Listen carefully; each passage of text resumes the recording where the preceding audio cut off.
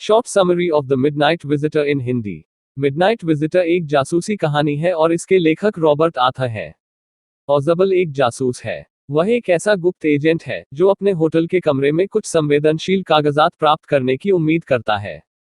लेकिन उसके एक प्रतिद्वंद्वी मैक्स ने बंदूक की नोक पर उस पर हमला किया और वह कागजात की मांग करता है। लेकिन ओज़बल ने एक उल्लेखनीय सामान्य ज्ञान दिखाया और वह इस स्थिति से बाहर आया।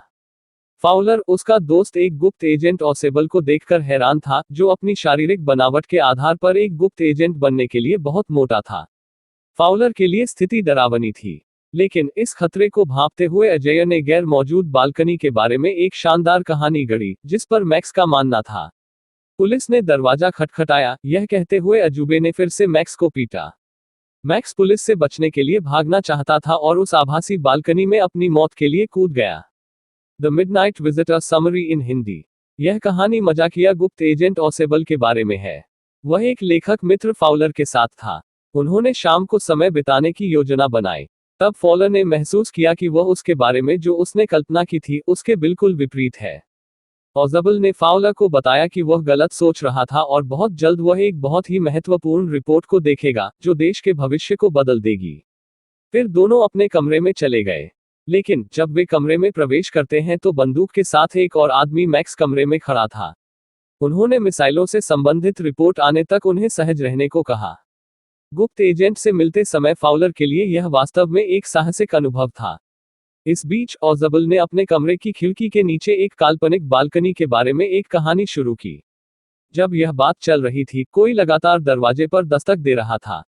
ओज़बल ने कहा कि पुलिस नियमित रूप से उसकी और उसके कमरे की जांच करने के लिए दरवाजे पर आई थी। मैक्स ने उन दोनों की ओर अपनी बंदूक की ओर इशारा करते हुए कहा कि वह बालकनी में इंतजार कर रहा होगा और इस दौरान ओज़बल को पुलिस को भेज देना चाहिए, अन्यथा वह उन्हें गोली मार देगा। जैसे ही डोरनॉब जोर से चालू होता है, मैक्स खिड़की से बाहर कूदता है और उन्होंने जोर से चीख सुनी। दरवाजा खुलता है और एक वेटर अंदर आता है। वेटर कहता है कि वह उस शराब को लाया है जिसे ओज़बल ने ऑर्डर किया था। वह वहां टेबल और पत्तियों पर बोतल, ट्रे और चश्मा रखता है। फाउलर वह सब देखकर हैरान हो जाता है। फाउलर ने उनसे पुलिस के बारे में पूछा।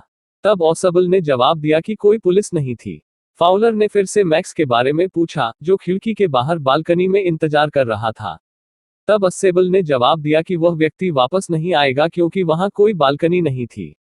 यह ओज़बल की त्वरित बुद्धि को दिखाता है, क्योंकि उसने स्थिति का लाभ उठाया और सफलतापूर्वक मैक्स को परेशान कर दिया। अपनी घबराहट के तहत वह बिना किसी विचार के खिड़की से बाहर कूद गया।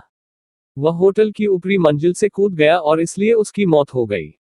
इस प्रकार ओज़बल ने मैक्स को पीछे छोड़ दिया और खुद को एक बहुत ही खतरनाक स्थिति से बचा लिया।